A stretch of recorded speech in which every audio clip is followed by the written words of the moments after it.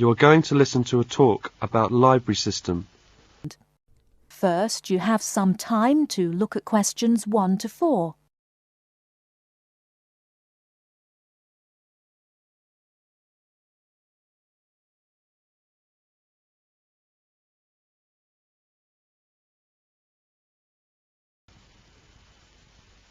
Right, everyone, my name is Kathy Smith.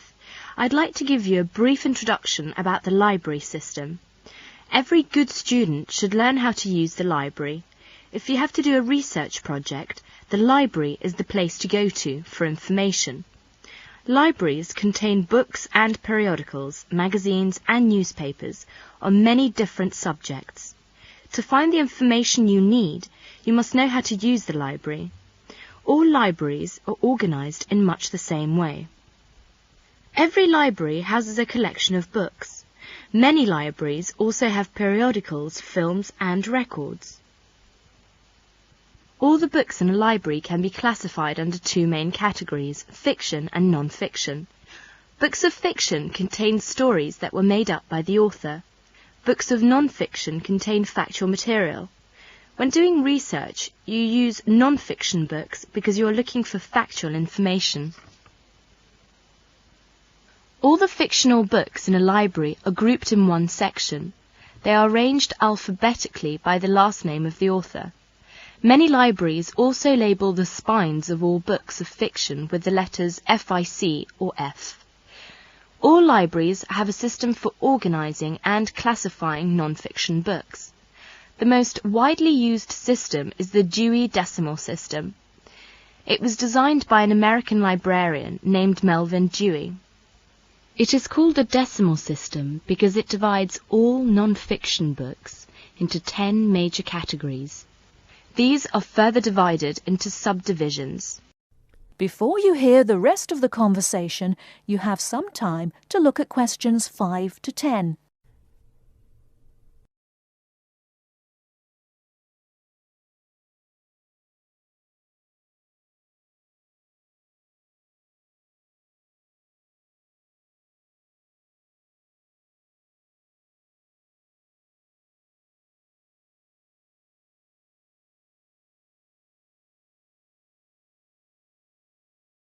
Now listen and answer questions 5 to 10. For example, all science books are numbered from 500 through 599. Each different field of science has a number within the 500 category. For example, astronomy is 520 and chemistry is 540. The Dewey Decimal System provides a category for every type of non-fiction book. The best way to locate a book in the library is to use the card catalogue. The card catalogue is an index of all the books in the library. Information about a book is listed on cards. All the cards are filed alphabetically and stored in drawers in large cabinets. The card catalogue can help you locate a particular book, a book on a certain subject, or a book by a particular author. In the card catalogue, each book has 3 cards, an author card, a title card, and a subject card. The author card is alphabetized under the author's name. The title card is filed alphabetically according to the title of the book. The subject card is filed alphabetically under the name of the subject of the book. In many university libraries, they use their own Biblitus cataloguing system or the microfiche system. Both of them list publications under author and title, and both are very easy to use. Now let us see the reference books. We all know that reference books make up an important part of a library's non-fiction books collection. They contain facts and information about any subject you can think of. Reference books are not meant to be read from cover to cover. You should use them when you want important facts and information about a particular subject. Let's see some major types of reference books. First, dictionaries. Dictionaries are books that list and give the meanings of the words in a language. They also give the pronunciation of words in a dictionary which are listed alphabetically. Second is encyclopedias. Encyclopedias are reference books that provide factual information about people, events, places, and subjects of lasting interest. Each article is written by a specialist on the topic being discussed. An encyclopedia usually consists of a number of books arranged in a set. The volumes are arranged in alphabetical order according to the topic of each article. Letters are stamped on the spine of each volume to indicate the alphabetical rang of the topics in each volume. For instance, if you wanted to find information about the moon, you would look in volume 8 of the encyclopedia pictured here. Next is atlases. An atlas is a book of maps. It may contain many different kinds of maps. The maps in an atlas are often arranged alphabetically by country or continent. Almanacs are also a type of reference books. An almanac is a book that contains recent statistics and summaries of information on a wide variety of topics. It is published annually. Information is listed alphabetically by subject. Indexes are alphabetical lists of names, titles and subjects that tell where information about each can be found in other publications. For example, the Reader's Guide to Periodical Literature can help you find magazine articles that have been published about a particular subject. It will give you the names of publications that have carried articles about the subject, the dates and volume numbers of the particular issue in which the articles appeared. You should be aware that reference books may not be taken out of the library under any circumstances. They are used only in the library. That is the end of part 1. You now have half a minute to check your answers.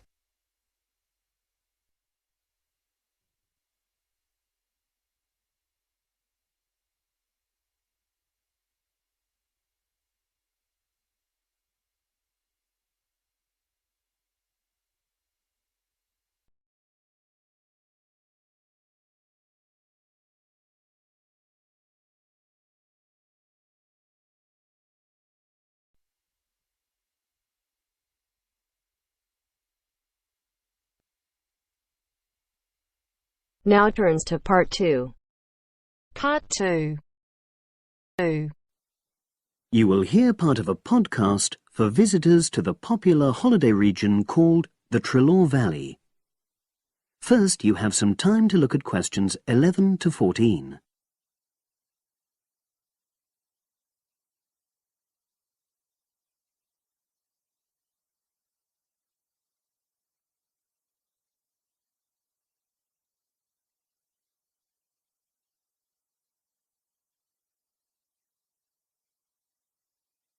Now listen and answer questions 11 to 14. The valley and estuary of the River Trelaw forms an unspoilt, beautiful landscape, rich in both wildlife and sites of historic interest. There are many ways to explore the area, and public transport links are good. It is possible to leave your car behind and travel by boat, train, or bus, with just short walks in between stops. The Trelaw Valley Passenger Ferry runs between villages along the river estuary and provides a link with a train station at Barry, which is about 10 minutes' walk from the riverside village of Calton. In the past, the river was the main form of transport in the area, and as in the past, today's ferry service operates according to nature. The river estuary is tidal, and so the ferry timetable differs from day to day, according to the times and height of the tide. The ferry is also seasonal, normally running between April and September, depending on the weather. A timetable for the whole year can be downloaded from the internet by visiting www.trelawferry.co.uk. If you just want to sit and relax and enjoy the lovely scenery, you can take a river cruise to Calton and back from the nearby city of Plymouth. In the past, steamships brought early tourists along the same route. Queen Victoria and her family enjoyed such a trip in 1856. The journey is quicker these days. The round trip takes between 4 and 5 hours, depending on tides and weather. If you prefer, you can travel upriver by boat and return to Plymouth by train. All cruise boats and trains have wheelchair access. For more information and for departure times, ring Plymouth Boat Cruises on 017-528-23104. Trains run several times a day throughout the year between Calton and Plymouth, with various stops in between. They are used by both local commuters and tourists who want to enjoy the beautiful scenery. The highlight of the journey is crossing the river on the stunning viaduct, which was built at the beginning of the 20th century and towers 120 feet over the water. It is unnecessary to book, and tickets can be bought on the train. For information about fares and timetables, contact National Rail Enquiries by phone or online. The bus service in the Trelore Valley now connects all train stations and villages in the area. Especially for holidaymakers, there's a Rover ticket which can be used at weekends and on national holidays and allows unlimited journeys on those days. The Rover ticket provides great value for money and is now even cheaper than it was last year. An adult ticket costs £5.50 a day. Senior citizens can travel for £4.50, and a family ticket for up to 5 people costs just £12. Tickets can be bought on the bus. Now you have some time to look at questions 15 to 20.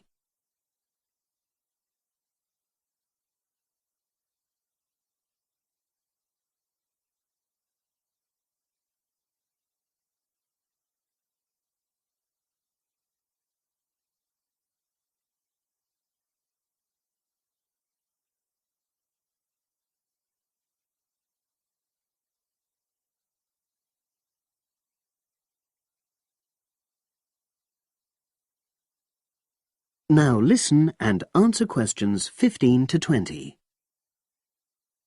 At the center of the Trelore Estuary area is the historic riverside village of Calton.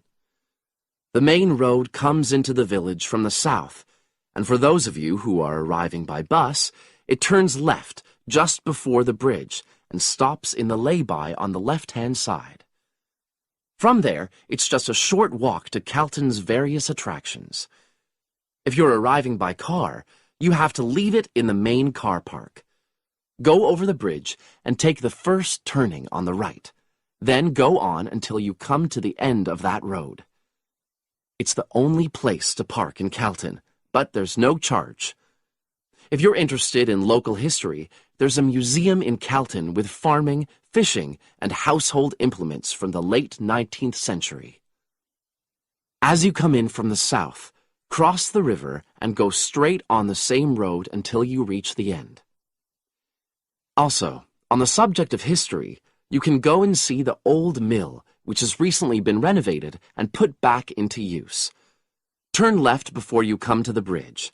Then go straight on and then take the first turning on the right. This leads straight there. If you're interested in arts and crafts, there's a potter's studio where you can watch the artist at work. After crossing the bridge, turn left, and it's the second building on the left. Finally, when you feel in need of refreshments, there's a cafe opposite the old boathouse and a picnic area near the mill.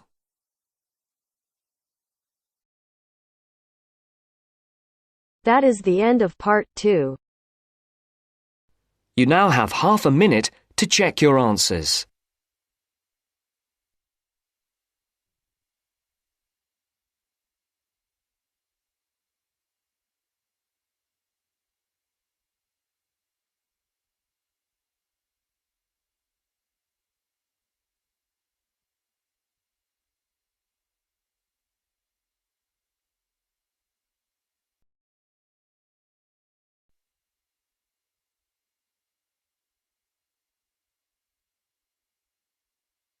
Now turns to part 3. Part 3. You will hear a conversation between Caesar and a welfare officer. As you listen, answer questions 11 to 20. First, you have some time to look at questions 21 to 26.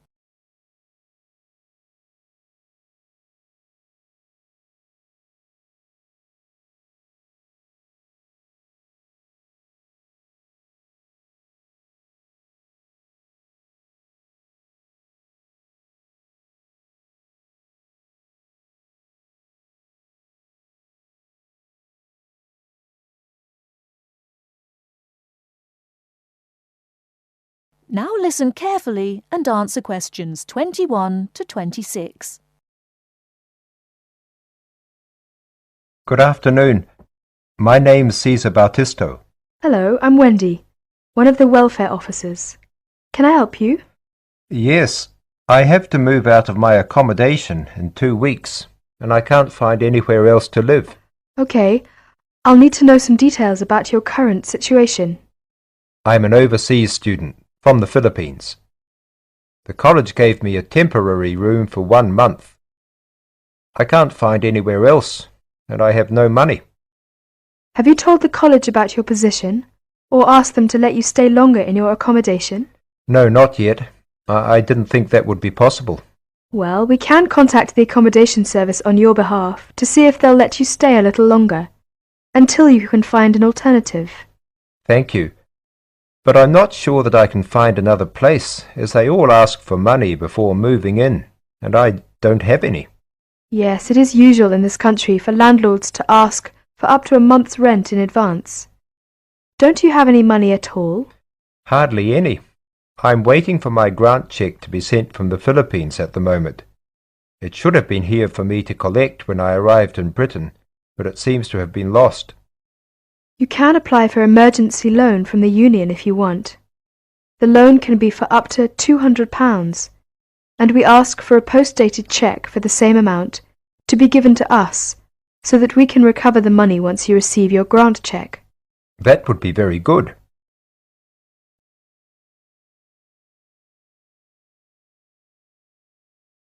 Before you hear the rest of the talk, you have some time to look at questions 27 to 30.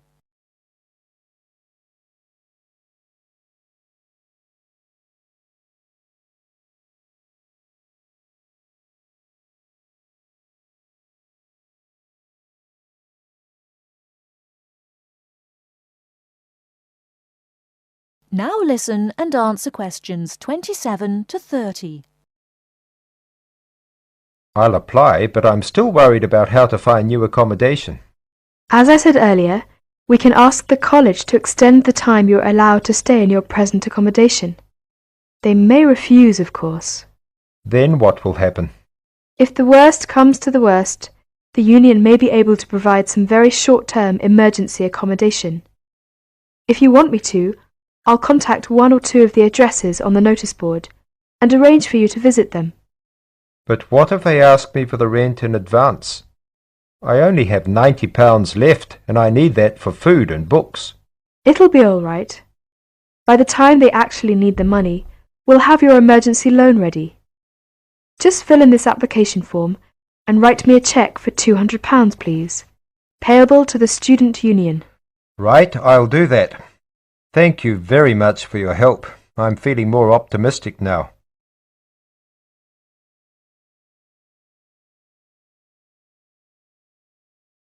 That is the end of part 3. You now have half a minute to check your answers.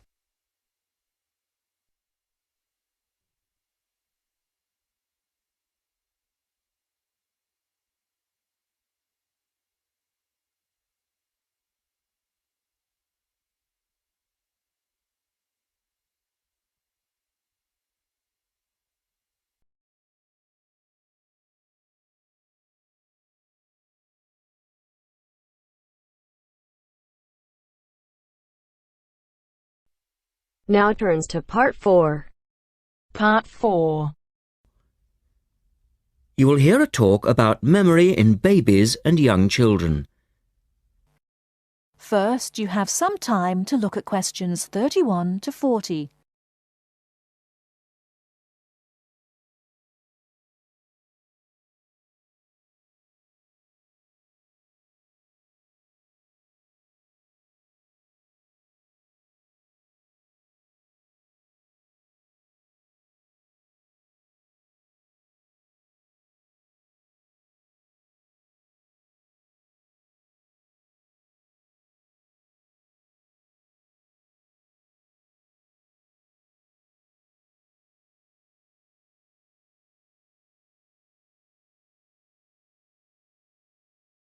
Now listen carefully and answer questions 31 to 40.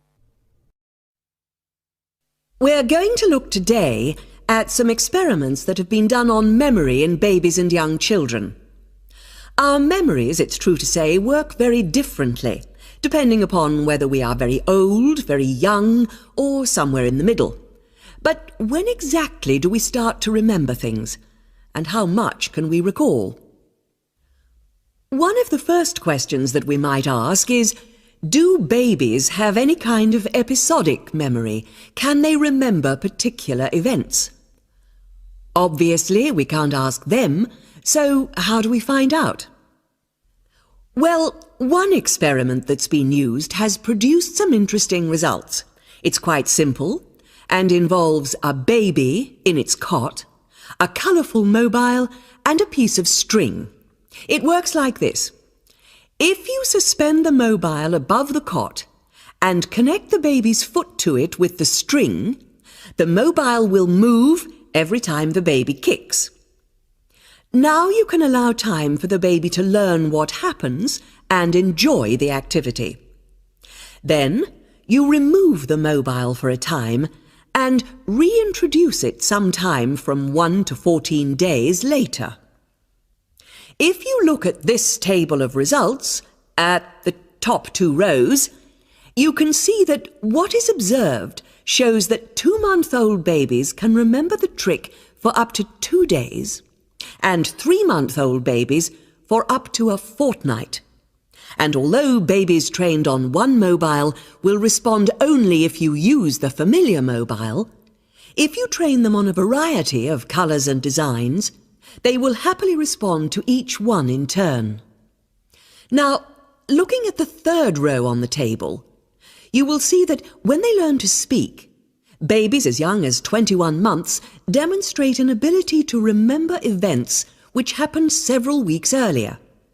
And by the time they are 2, some children's memories will stretch back over 6 months, though their recall will be random, with little distinction between key events and trivial ones.